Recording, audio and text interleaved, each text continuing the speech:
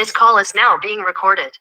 Hello बच्चा, जैसे कि आपको पता है लास्ट क्लास में हम हमारा फर्स्ट चैप्टर कर रहे थे। फर्स्ट चैप्टर में हमने बिल्कुल लास्ट एंड तक लास्ट वाला हमारा टॉपिक आज डिस्कस करना है, तो हम वहीं से स्टार्ट करेंगे, फिर उस पे जो क्वेश्चंस हैं हम उसके बात करेंगे। तो बच्चे सबसे पहले बात करते हैं कि जो हमारा लास्ट टॉपिक था वो आपका किसके बारे में था। वो आपका था अपर में और परमेय संख्याओं को हम कैसे प्रूव करते हैं। तो बच्चा हमने देखा कि अपर में संख्याएं तो हमने देख ली थी, लेकिन हम इन्हें पहचानेंगे कैसे। ठीक है, हमने जब प्रूव भी किया था तब भी हमने देखा था कि जो अपरिमेय संख्याएं होती हैं वो कौन सी संख्याएं होती हैं, वो संख्याएं जिन्हें हम p बटे q के रूप में प्रदर्शित नहीं कर सकते। तो ये आपका क्या होता है, कोई भी संख्या जो कि p बटे q के रूप में प्रदर्शित नहीं हो सकती हैं उनको हम क्या कहते हैं, उनको हम कहते हैं अपरिमेय संख्या। अब कौन कौन सी अपरिमेय संख्याएं होती हैं इसकी बात कर लेते हैं।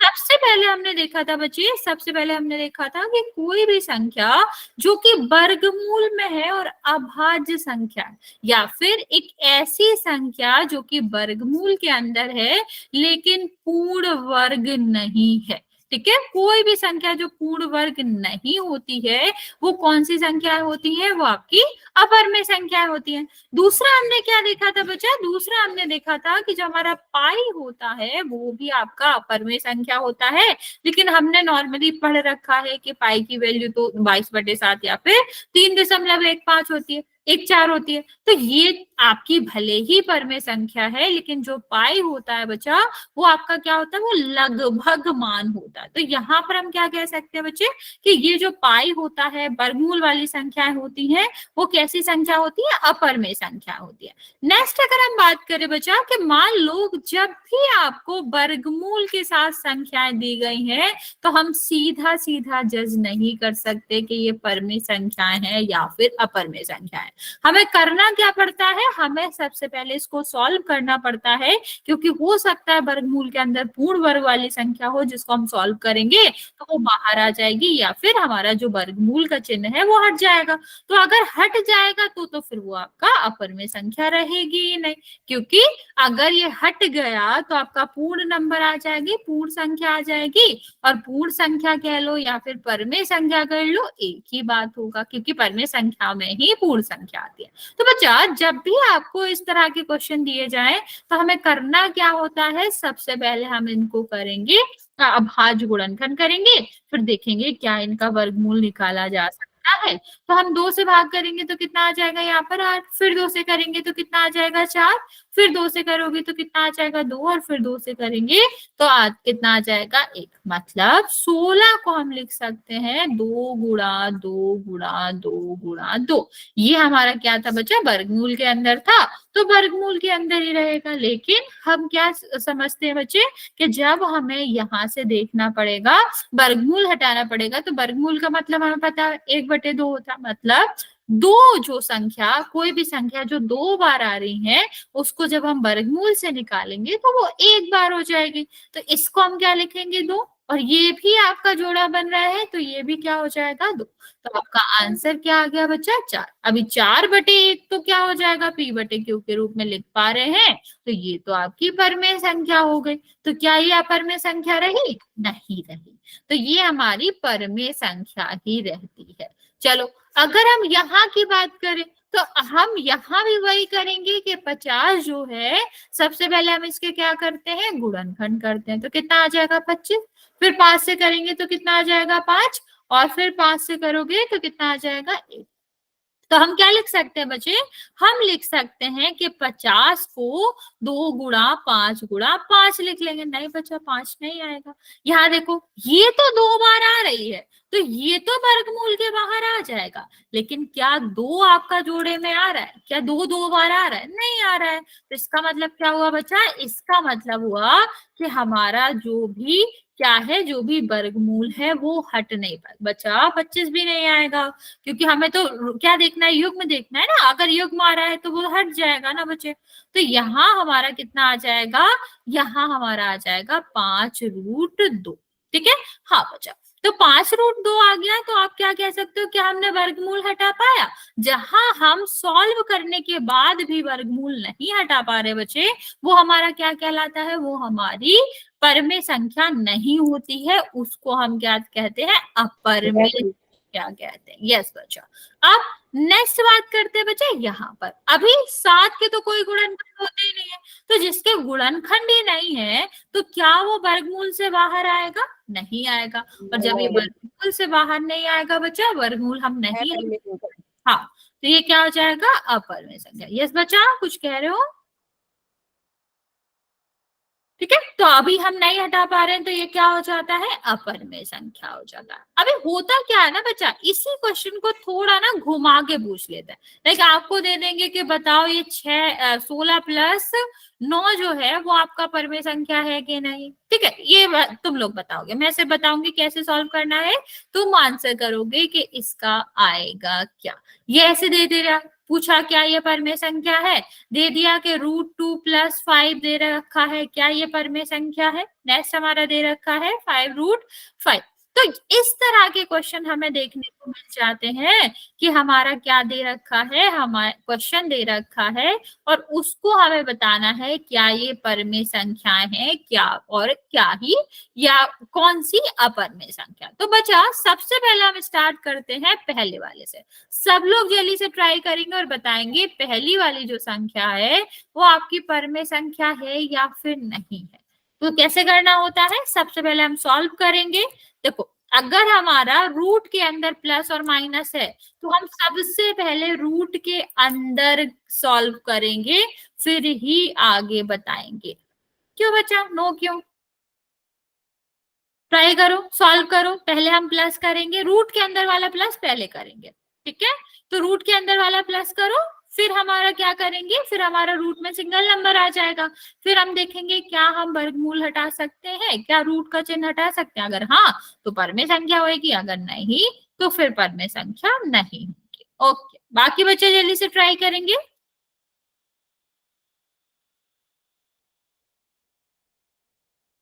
ओके,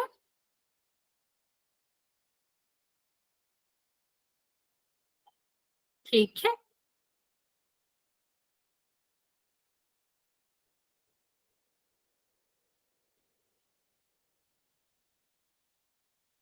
ओके, बाकी बच्चे भी जल्दी से आंसर करेंगे बच्चा, फिर हम नेक्स्ट वाले क्वेश्चन पे चलते हैं।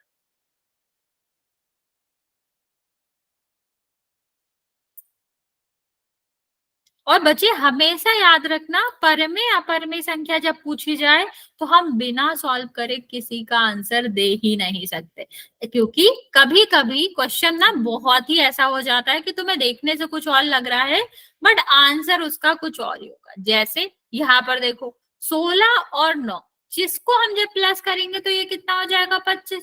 अभी देखने से हमें भले ही लग रहा था कि रूट है, रूट में जाने क्या क्या है, ये तो नहीं होगा। बट बच्चा 25 का मतलब क्या हुआ, 25 का मतलब हुआ जब हम इसका भाज्य गुणनखंड करेंगे तो 5 गुणा 5 आ जाएगा। इसका मतलब ये 2 बार आ रहा है, तो ये क्या आ जाएगा, वर्गमूल से बाहर आ जाएगा। और 5 तो 5/1 लिख सकते हैं, मतलब P/Q के रूप में लिख सकते हैं। तो ये हमारा क्या होगा, परमेय संख्या होगी।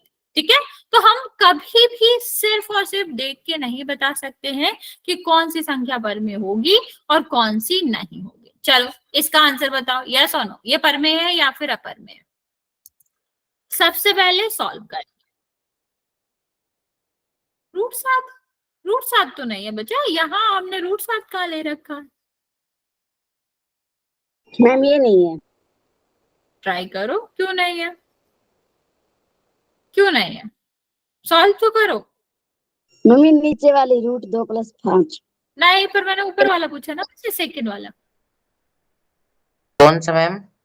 दूसरा वाला बच्चा, ये वाला मैं नंबर डाल लेती हूँ। सेकंड वाले का आंसर देना बच्चा। मैम हम थर्ड वाले के दे रहे थे। नहीं बच्चा, सेकंड वाले का मैंने भी देना। थर्ड का किया था। मैम सेकंड वाला तो परी में है। ओके, बाकी बच्चे भी जल्दी से ट्राई करेंगे। Yes ma'am.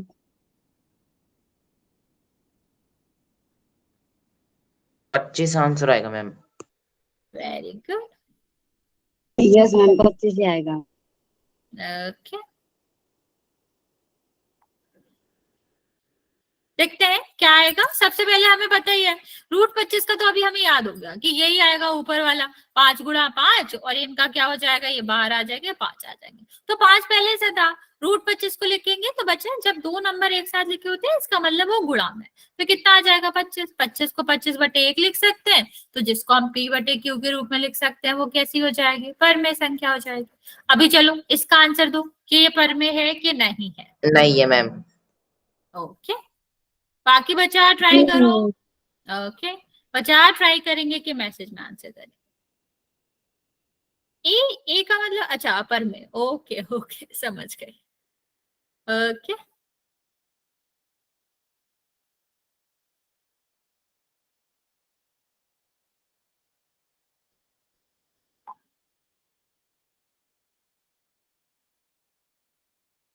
ओके बच्चा, बहुत सारे बच्चे आंसर नहीं कर रहे हो, सबको आंसर करना। बच्चा √7 कहाँ से आया यहाँ?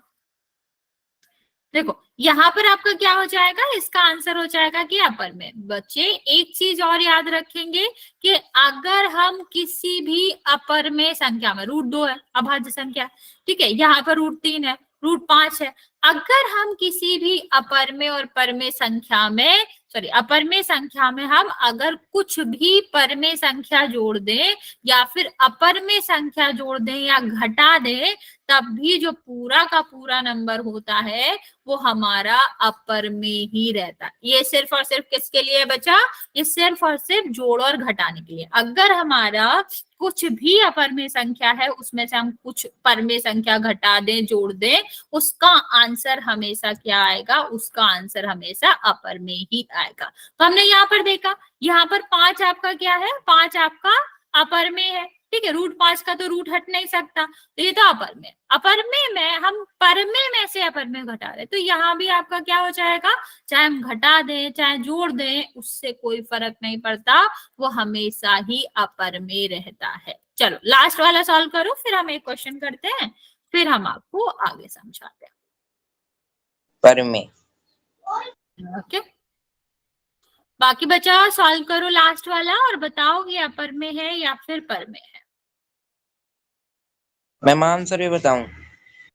बता सकते हो बच्चा, लेकिन मैसेज में बताना। मैम पर मैं ओके पूरी मैम ओके बच्चा,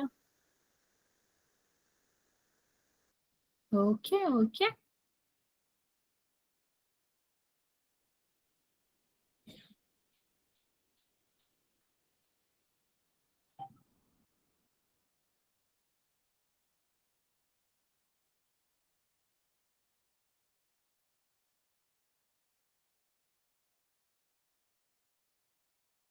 ओके, चलो देखते हैं इसको। देखो हमने आपको क्या कहा था कि हम कभी भी बिना सॉल्व करे नहीं देंगे आंसर, तो इसको सॉल्व करो।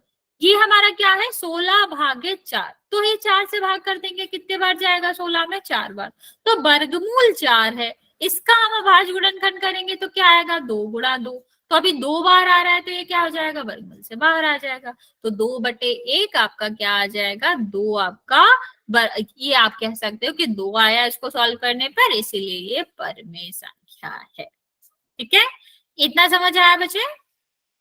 Yes ma'am. ओके चलो, अभी मैं आपको 4 ऑप्शन देती हूँ, आपको बताना है उसमें से अपरमेय संख्या कौन सी है।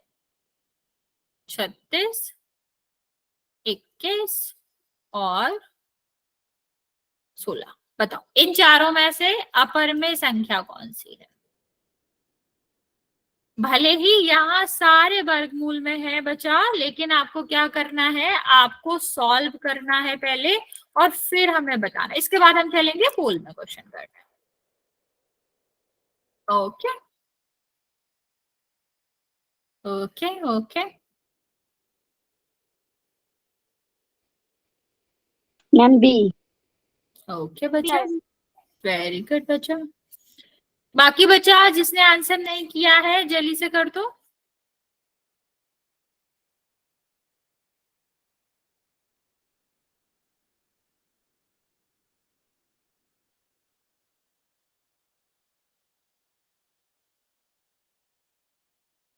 Ma'am B. वेरी गुड बच्चे। देखो चलो इसको देखते हैं। तो पहले वाला आंसर देखेंगे तो हम वर्गमूल देखकर धोखा नहीं खाएंगे कि हमारी अपर में संख्या होगी। हम सबसे पहले क्या करेंगे, सॉल्व करेंगे। तो 9 को हम क्या लिख सकते हैं, 3 गुणा 3।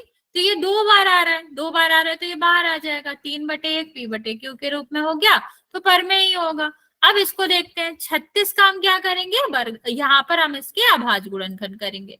2 से करोगे तो 18 आएगा, फिर 2 से करेंगे तो 9 आएगा, फिर 3 से करेंगे तो कितना आएगा, 3, और फिर 3 से करोगे तो आपका कितना आएगा, 1। ओके, 36 हमारा कितना आ जाएगा बच्चा, 2 गुणा 2 गुणा 3 गुणा 3। अब यहाँ पर देखो, ये 2 बार आ रहा है, बाहर आ जाएगा, ये 2 बार आ रहा है, बाहर आ जाएगा।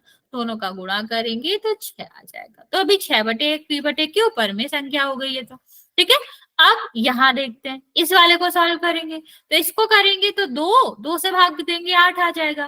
फिर 8 में 2 से भाग दोगे तो गुड इवनिंग बच्चे, 4 आ जाएगा। 4 में 2 से करेंगे तो 2 आएगा, फिर 2 से करेंगे तो आपका 1 आ जाएगा। दैट मीन 16 का जो अभाज्य गुणनखंड है वो कितना आ जाएगा, 2 गुणा 2 गुणा 2। तो अभी देखो इसका जोड़ा बन गया, ये बाहर आ जाएगा। इसका जोड़ा बन गया, ये बाहर आ जाएगा। इनका गुणा कर दो तो 4 आ जाएगा। ठीक है, अब ये बचा, इसका हम अभाज्य गुणनखंड करें भी तो 3/7 आ रहा है। इसका मतलब है बचा कि ये तो आपका बनेगा ही नहीं, इसके तो युग्म बन ही नहीं रहे, जोड़े बन ही नहीं रहे हैं, तो ये बाहर नहीं आएगा। तो इसका मतलब है कि हम इसका वर्गमूल नहीं हटा सकते, और वर्गमूल नहीं हटा सकते तो ये हमारी कैसी संख्या होगी, अपरिमेय संख्या होगी। ओके, चलिए अभी हम चलते हैं। यहाँ तक किसी को कोई डाउट है बच्चा तो पूछ सकते हो, No, ma'am. फिर हम चलेंगे। ओके, फिर हम पोल में जाते हैं। ओके, बाकी बचे। ओके ओके बच्चा, नो मैम। ठीक है, चलो फिर हम एक क्वेश्चन करते हैं पोल में। मुझे लगा कि आप लोग सही नहीं कर रहे हो या अभी भी कोई डाउट रह गया, तो फिर हम कुछ और क्वेश्चन कर लेंगे। ओके रख देना छोरी का। अच्छा, म्यूट कर लो। पहला हमारा क्वेश्चन है, आपको बताना है कि जो √5 यहाँ पर दिया गया है, √5 तो अपरिमेय संख्या है, लेकिन √5 + 4 जो है वो किस तरह की संख्या होगी, ये आपको बताना है। परिमेय होगी, अपरिमेय होगी, दोनों होगी, या कोई भी नहीं होगी इनमें से। बच्चा क्या कर रहे हो आप लोग, सोचो, उसको देखो, ध्यान से देखेंगे फिर हम आंसर करेंगे।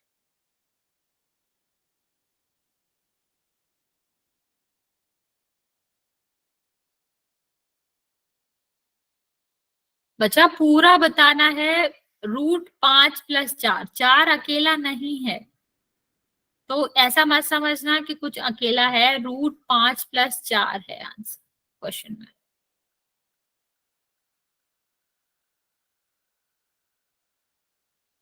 मैम हो गया।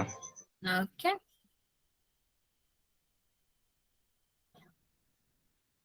15 बच्चों ने आंसर दिया है, 7 बच्चों का करेक्ट है, बाकी बच्चों का गलत है।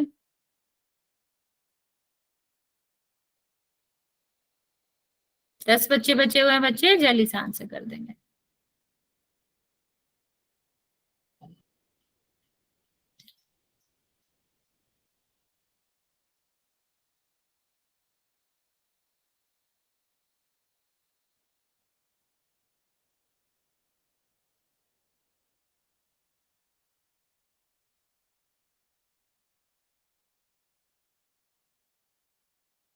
तीन बच्चे और बचे हैं, 21 बच्चों ने आंसर किया है।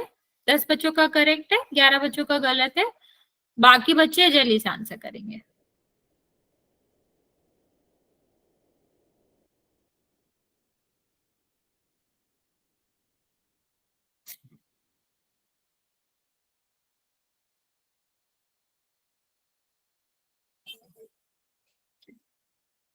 बचा 30 सेकेंड और दे रहे हैं हम। जिसने आंसर नहीं किया है जल्दी से कर देंगे, क्योंकि अभी भी 3 बच्चों का आंसर नहीं आया है।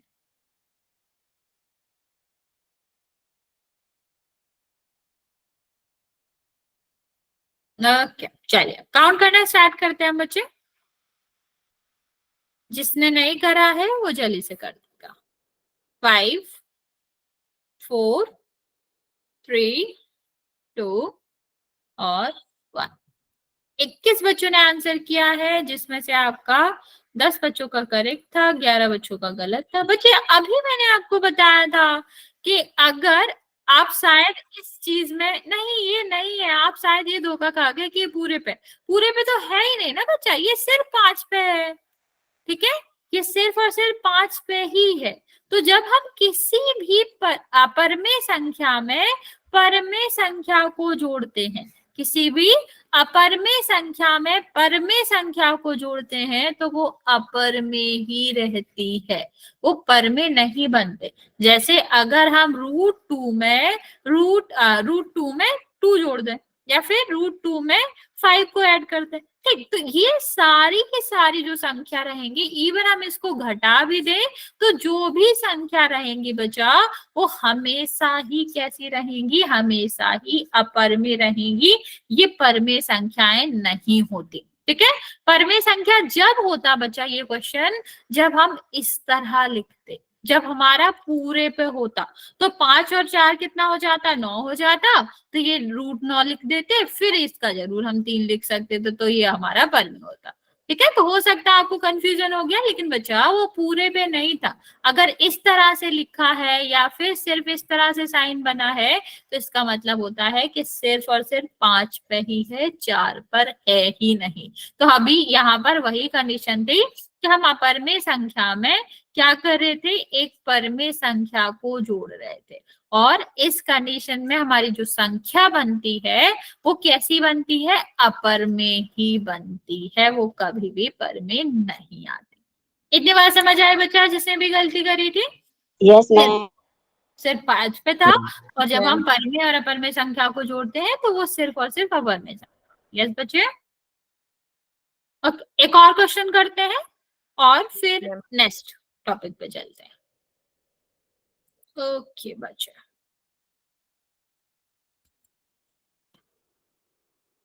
ये हमारा क्वेश्चन है, ये हमारा क्वेश्चन आया हुआ है प्री बोर्ड में। क्वेश्चन क्या है कि इनमें से कौन सी अपरमेय संख्या है। सो बिना सॉल्व करे कोई आंसर नहीं देगा, अच्छे से सॉल्व करेंगे और फिर आंसर करेंगे।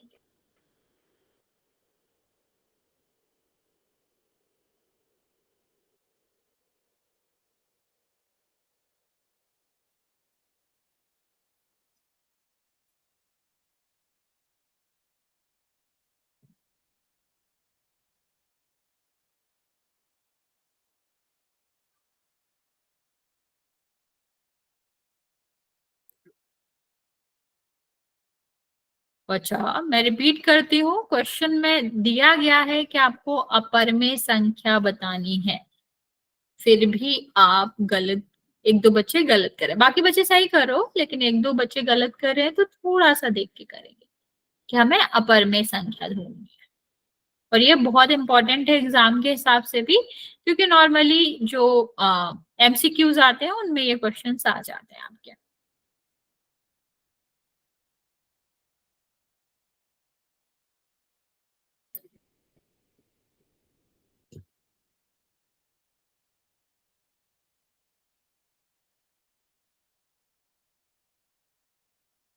11 बच्चों का आंसर आया है, 6 बच्चों का करेक्ट है, बाकी बच्चों का रॉन्ग है।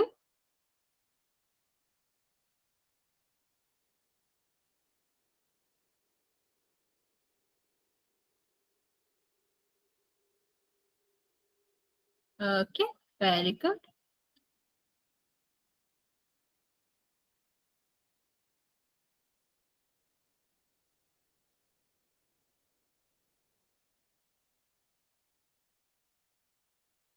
अभी भी आपके 6-7 बच्चे बचे हुए हैं बच्चा, जल्दी से आंसर कर देंगे जिसने भी नहीं किया है।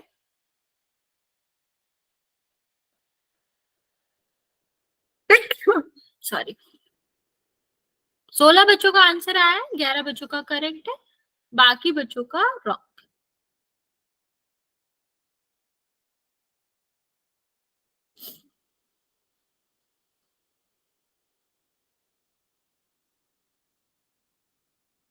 30 सेकेंड हम और दे रहे हैं बच्चे, जिसने भी आंसर नहीं किया है वो जल्दी से कर देगा।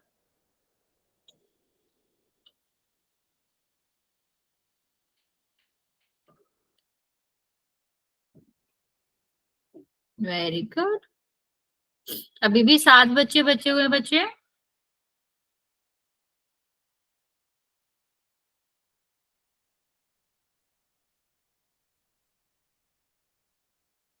लास्ट 20 सेकेंड बचाओ।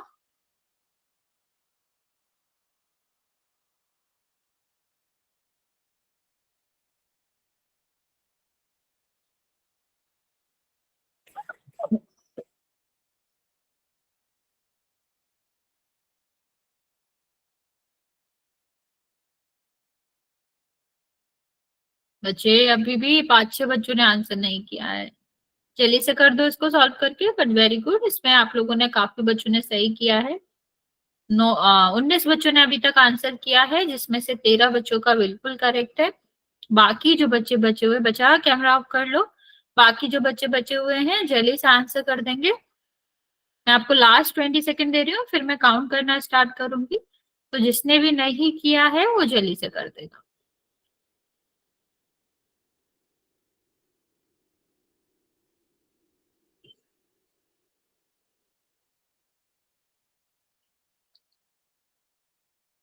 ओके चलो, मैं काउंट करना स्टार्ट कर रही हूँ बच्चा। 5, 4, 3, 2 और 1। ओके, 20 बच्चों ने आंसर किया है, 14 बच्चों का करेक्ट है, बाकी बच्चों ने आंसर नहीं किया है, 5 बच्चों ने। और नेक्स्ट बात करते हैं। अभी देखेंगे बच्चे, हमने यहाँ पर देखा कि आपका आंसर क्या है, हमें इरेशनल निकालना था।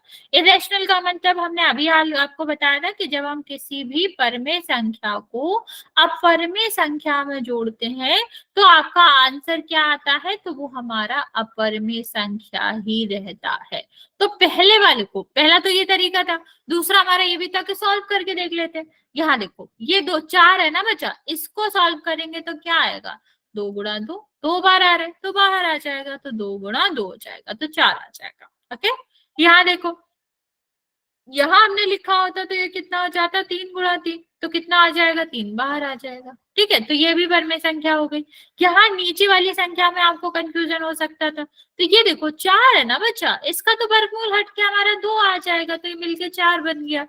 ठीक है, यही जो है, क्योंकि अभाज्य संख्या का वर्गमूल है और अभाज्य संख्या का वर्गमूल तो हम हटा ही नहीं सकते।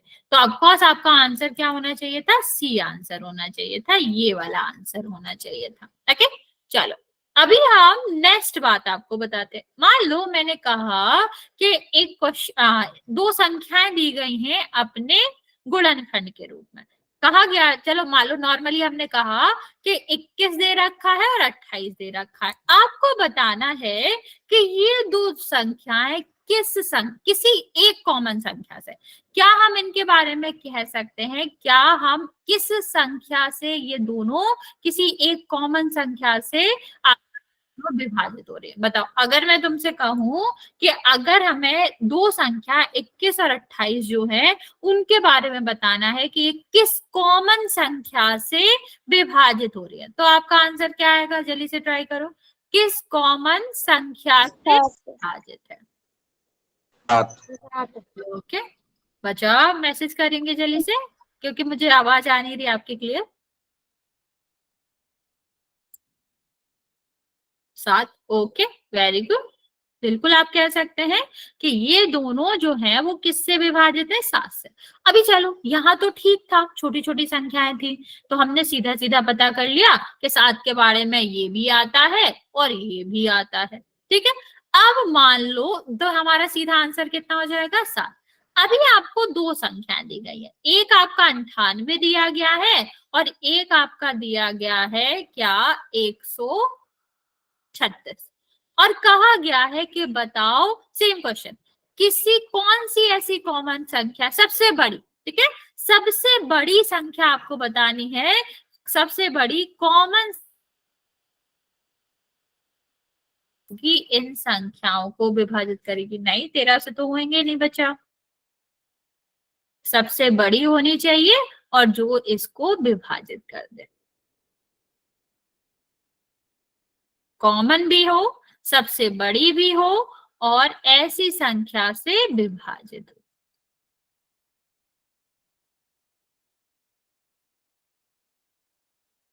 ओके ओके ओके 14 आएगा। ओके बच्चे, वेरी गुड बच्चा।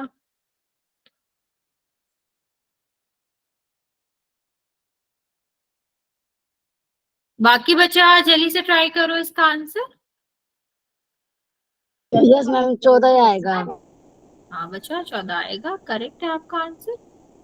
देखो करना क्या था, सबसे पहले हम इसके करेंगे आवाज गुणन। अभी कभी कभी जैसे अगर आपको पता है, आपको पढ़ा समझ आ गया कि 14 के बारे में दोनों आते हैं तो ठीक है। मान लो नहीं आया तो हम क्या करेंगे, यहाँ पर हम सीधे सीधे एचसीएफ की बात करते हैं, मासा की बात करते हैं, क्योंकि मासा सबसे बड़ी संख्या होती है जिससे हमारा क्या हो रही होती है, दोनों संख्या विभाजित हो रही है। तो हम मासा निकालना कह ले या कह ले कि ऐसी संख्या बताओ जिससे दोनों विभाजित हो रही हैं, एक ही बात होगा। तो बच्चा मासा निकालने के लिए हम क्या करते हैं, मासा निकालने के लिए सबसे पहले हम क्या करेंगे, उनके अभाज्य गुणनखंड करेंगे, और अभाज्य गुणनखंड करने के बाद देखेंगे कि ऐसी कौन सी संख्या है जो कि दोनों में आ रही है। तो करके देख लेते हैं बच्चे। यहाँ पर हम सबसे पहले देखेंगे कि आप 98 का क्या करेंगे, यहाँ पर हम 98 का करेंगे गुणनखंड।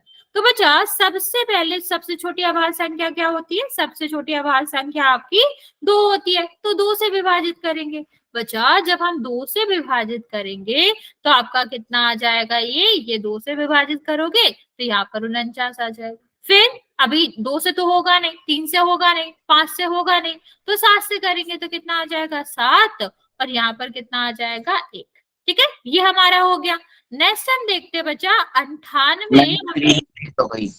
क्या बच्चे, स्क्रीन फ्रीज हो गई। Yes ma'am. Yes ma'am. 1 second बच्चों, मेरी साइड से तो ठीक है बच्चे, सबको दिखाई दे रही है? जो आप लिख रहे हो वो दिख ही नहीं रहा। मैम अब दिखाई दे रहा है। बाकी बच्चे मैं दिख रही हूँ अभी? मैम दिखाई दे रहा है। मैम अब दिखाई दे रहा है। अब ठीक है मैम। ओके बच्चा, ओके। देखो ये, हाँ बच्चा दिखाई दे रहा ना अभी? देखो 98 को हम क्या लिख सकते हैं, 7 गुणा 7। अभी 126 के करेंगे, 126 के हम क्या करेंगे, 126 का हम यहाँ पर गुणनखंड करेंगे। तो 126 में 2 से हम करेंगे तो ये कितना हो जाएगा 63, और फिर हम 2 से तो जाएगा नहीं तो 3 से करेंगे तो कितना आ जाएगा, यहाँ पर ये आपका 2 आ जाएगा, ये 1 आ जाएगा। फिर हम 3 से करेंगे तो कितना आ जाएगा 7, और फिर 7 से करेंगे तो 1।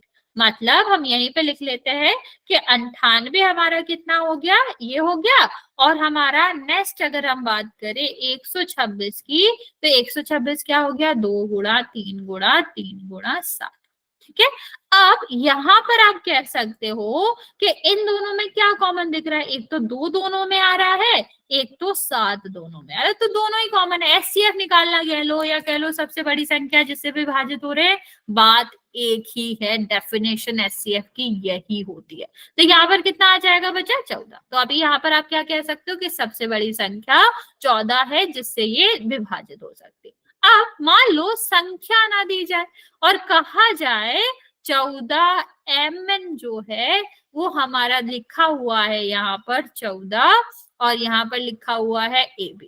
अभी आप मुझे बताओ क्या हम इनके बारे में क्या हम कह सकते हैं। अगर मैं पूछूं, यहाँ पर पूछा जाए कि ये दोनों संख्या किस संख्या से विभाजित होंगे, तो आपका आंसर क्या होगा, जल्दी से बताओ। यहाँ पर अगर कहा 7 क्यों बचा, 7 से होगा, लेकिन सबसे बड़ी संख्या की बात करें हम तो 14। ओके, सारे बच्चे जल्दी से ट्राई करेंगे।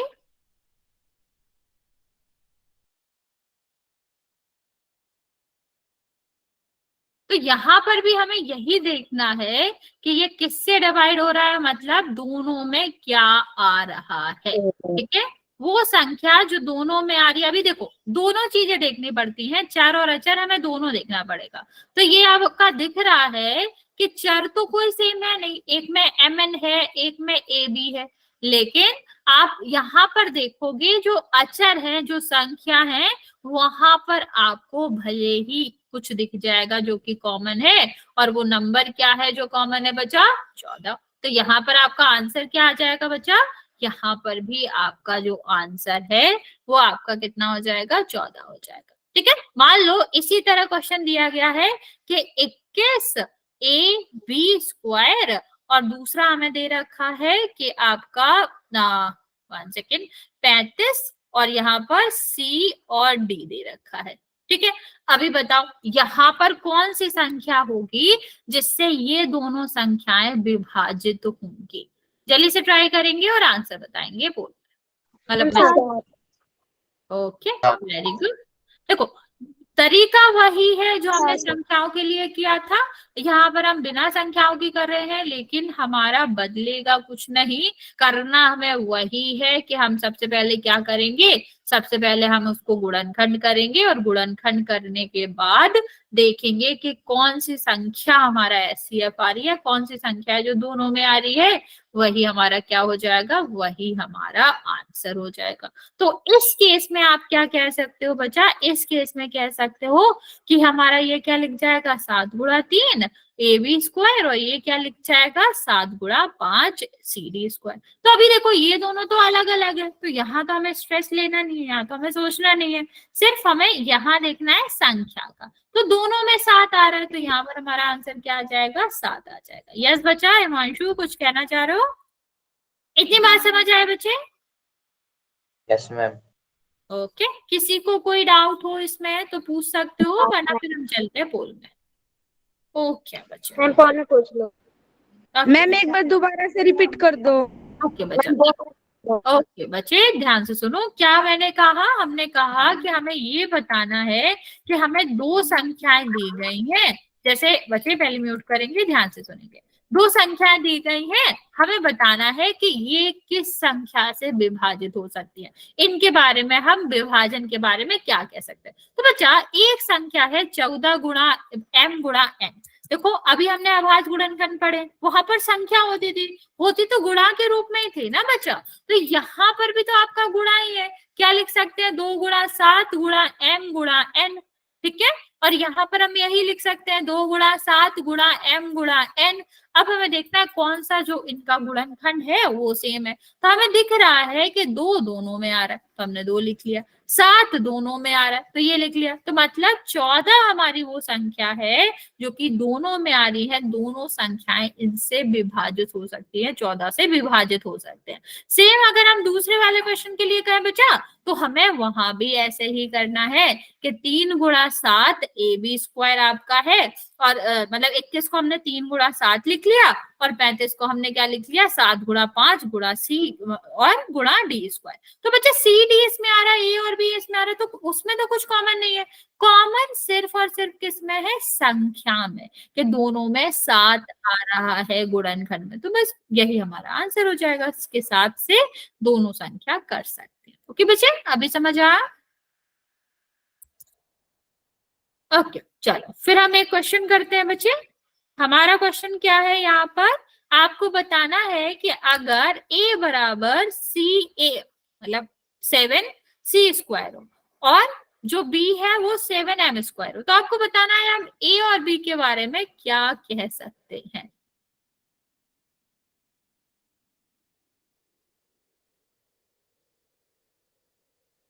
उभयनिष्ठ गुणनखंड और कटना सेम संख्या से कटना एक ही बात होती है बच्चा, विभाजित होना कटना एक ही बात होती है।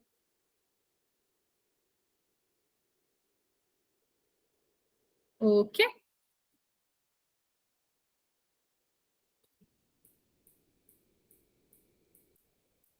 छह बच्चों ने आंसर दिया है, 6 बच्चों का करेक्ट है।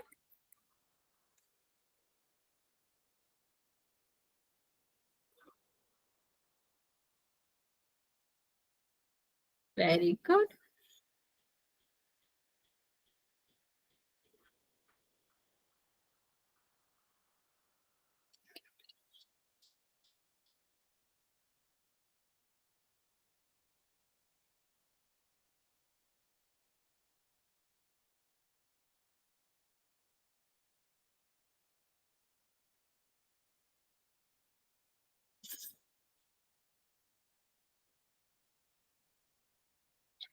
वेरी गुड बच्चों।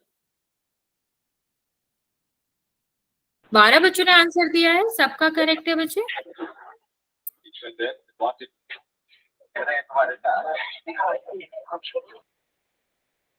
यस बच्चा, अभी भी 10 बच्चे बचे हुए हैं बच्चा, मैं आपको 30 सेकेंड और दे रही हूँ, आप लोग जल्दी से सॉल्व करेंगे और आंसर कर देंगे।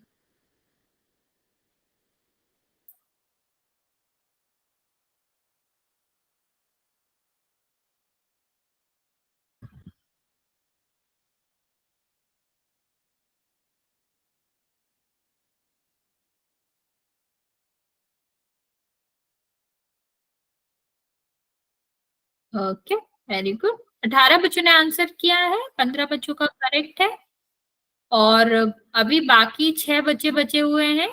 मैं आपको 30 सेकंड का टाइम और दे रही हूँ, आप जल्दी से इसका आंसर सोचेंगे और कर देंगे।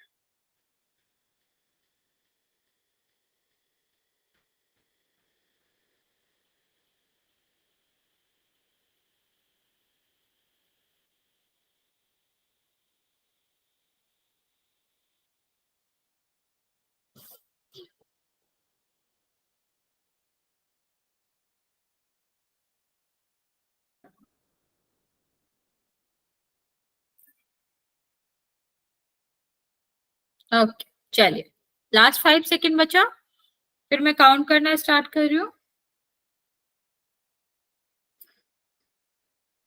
ओके, 5 4 3 2 और 1। 19 बच्चों ने आंसर दिया है, जिसमें से 16 बच्चों का करेक्ट है। देखते हैं बच्चे, देखो इसमें ये तो ठीक है कि क्यों है, ये हम बाद में डिस्कस करेंगे, ये क्यों नहीं है। देखो ए के बराबर हमने कहा है कि जो ए है वो 7c² है, ठीक है।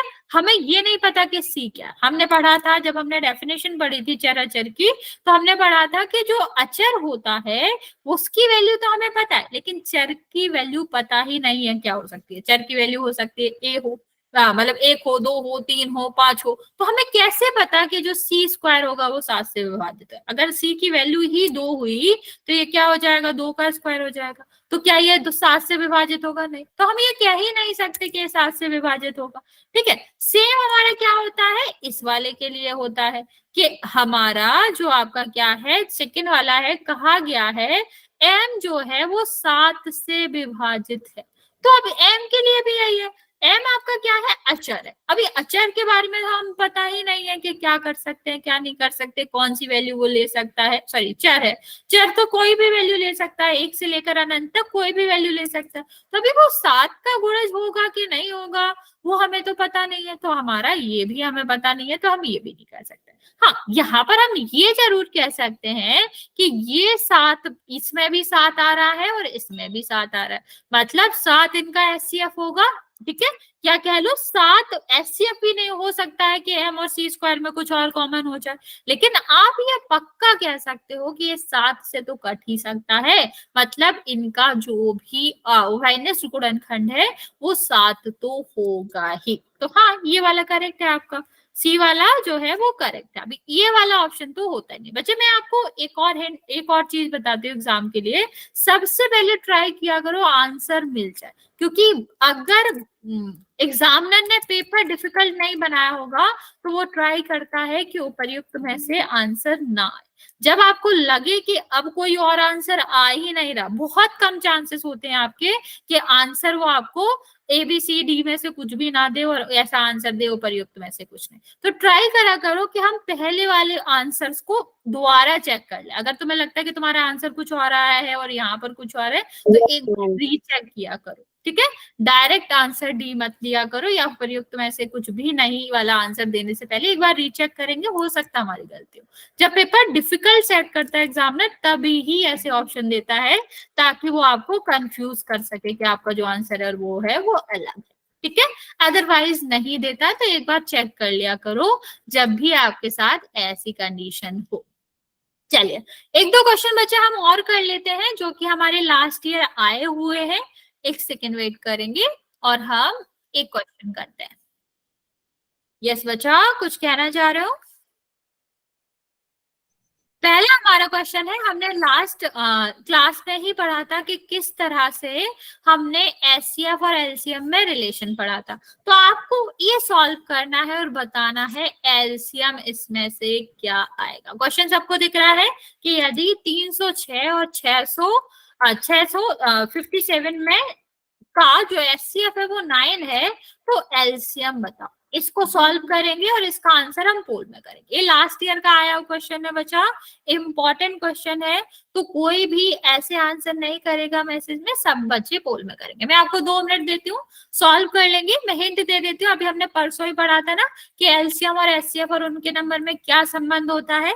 मैं आपको फॉर्मूला भी बता देती हूँ, ट्राई आपको खुद करना है। फिर हम एक और क्वेश्चन करेंगे, उसमें मैं आपको फॉर्मूला नहीं बताऊंगी, इसका फॉर्मूला मैं आपको बता देती हूँ। लास्ट क्लास में हमने पढ़ा था कि आपका जो फॉर्मूला होता है वो क्या होता है, वो होता है कि एलसीएम और एचसीएफ का जो गुणा है वो क्या होगा, वो दोनों नंबर के गुणा के बराबर होता है। तो आपको ये वाला फॉर्मूला यूज करना है और बताना है कि आपका एलसीएम क्या आएगा। ट्राई करो बच्चा, मैं आपका पोल लॉन्च कर देती हूँ, जिसका हो जाए वो आंसर करेगा।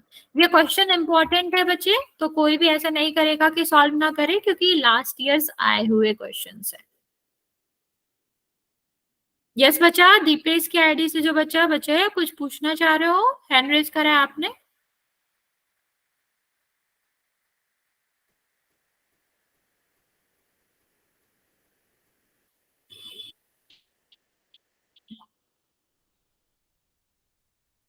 ओके,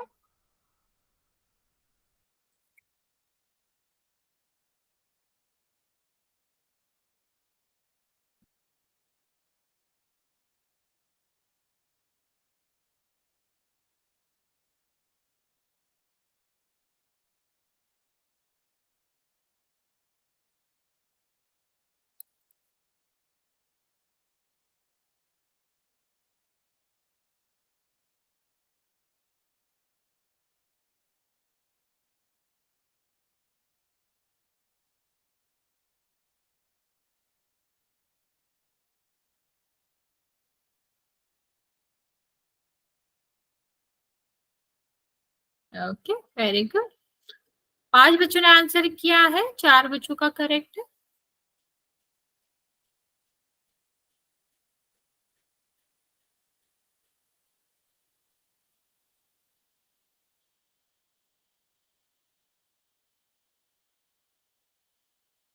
वेरी गुड बच्चे, टेक योर टाइम। हो सकता है इसमें तुमको ज्यादा टाइम लगे सॉल्व करने में, ऐसा ऐसी जरूरत नहीं है कि हम पहले ही देख लें कि हम ज्यादा टाइम ना दें, हम कुछ भी आंसर कर दें, कोई जरूरत नहीं।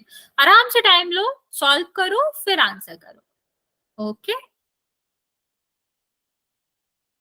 10 बच्चों ने आंसर दिया है, 8 बच्चों का बिल्कुल करेक्ट है।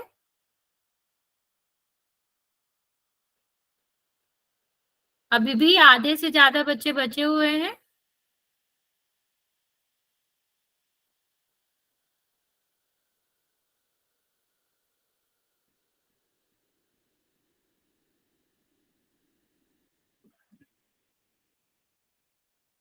आपका भी सपना है बैंकर बनने?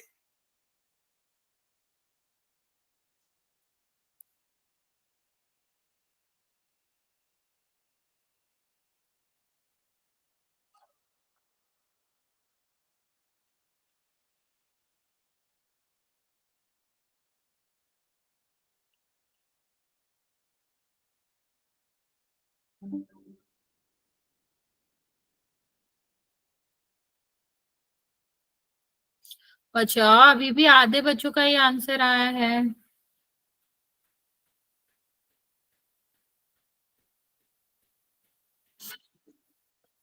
ओके, मैं आपको 1 मिनट का टाइम और दे रही हूँ, जिसने भी आंसर नहीं किया है वो कर देगा।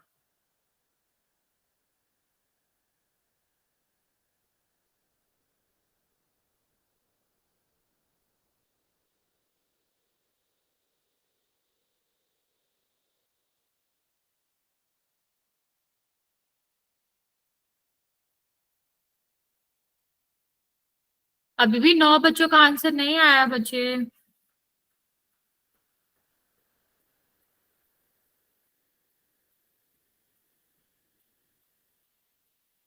ओके, चलो मैं काउंट करना स्टार्ट करूं, जिसने नहीं करा है आंसर वो कर देगा। 5 4 3 2 और 1। 15 बच्चों ने आंसर किया है, 16 बच्चों ने, जिसमें से 12 बच्चों का करेक्ट है। देखते हैं इसका आंसर है क्या बच्चे। देखो फॉर्मूला मैंने आपको बता ही दिया था।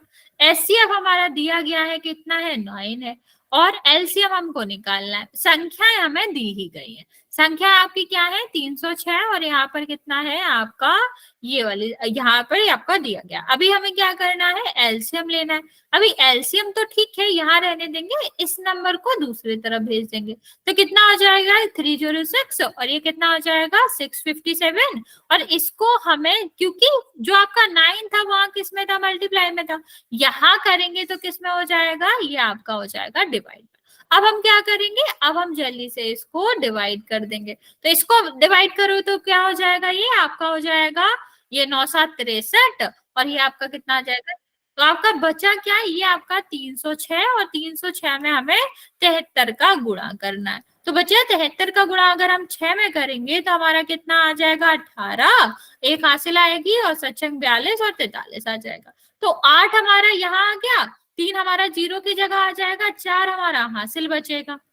अब यहाँ गुणा करेंगे तो कितना आ जाएगा 209, ठीक है 219। अभी इसमें 4 हम जोड़ देंगे तो हमारा कितना आ जाएगा, ये आ जाएगा 223। अभी 223 लिख देंगे तो हमारा कितना आ जाएगा 22,338 आंसर आ जाएगा। ओके चलो, क्योंकि मोस्टली बच्चों ने करेक्ट आंसर भी दिया था। अभी चलिए आगे नेक्स्ट क्वेश्चन करते हैं। 1 सेकेंड, मैं आपको नेक्स्ट क्वेश्चन देती हूँ। यहाँ पर लिखा है कि हमें अगर 2 धनात्मक संख्याएं दी जाए और पूछा जाए कि उनके एलसीएम और एचसीएफ में क्या रिलेशन होता है, तो हम बच्चे ये चिन्ह का मतलब आपको समझा देते हैं कि चिन्ह का मतलब क्या होता है।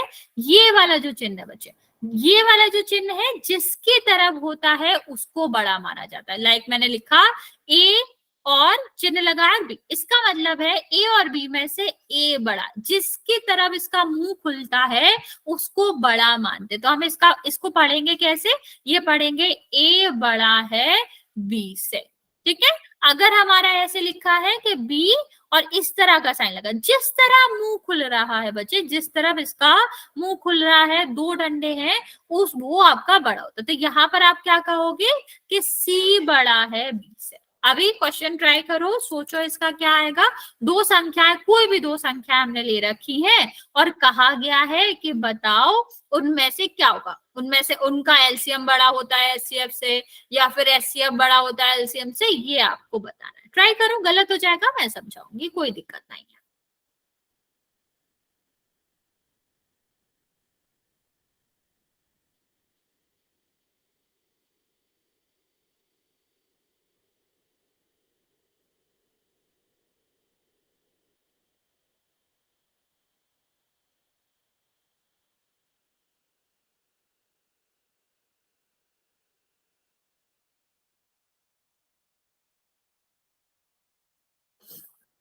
ओके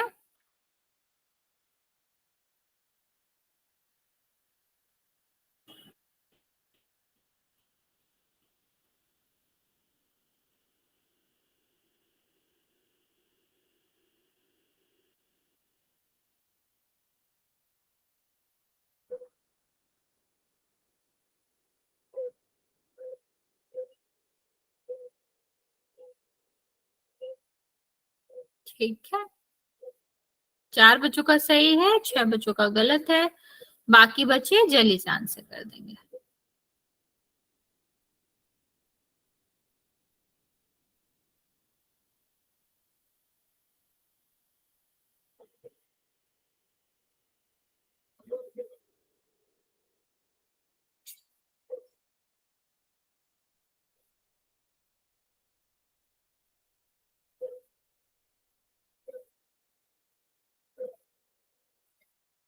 बच्चे अभी भी आधे बच्चों ने आंसर नहीं किया है, जल्दी से आंसर करेंगे।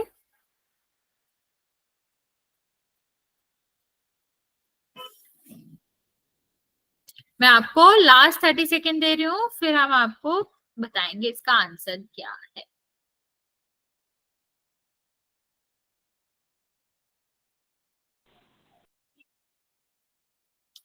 14 बच्चों ने आंसर दिया है, आपका 6 बच्चों का सही है 15 बच्चों में से।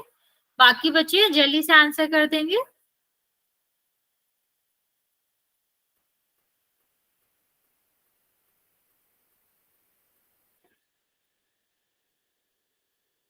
ओके, लास्ट 10 सेकेंड बचे।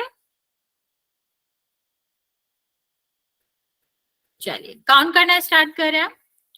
5 4 3 2 और 1।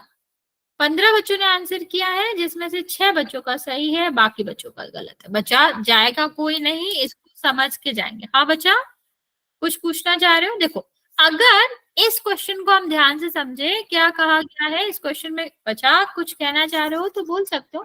क्या कहा गया है कि दो संख्याएं हैं, धनात्मक संख्याएं ए और बी। मान लो हम एग्जाम्पल से समझते हैं। दो संख्याएं हमारी 20 और 25।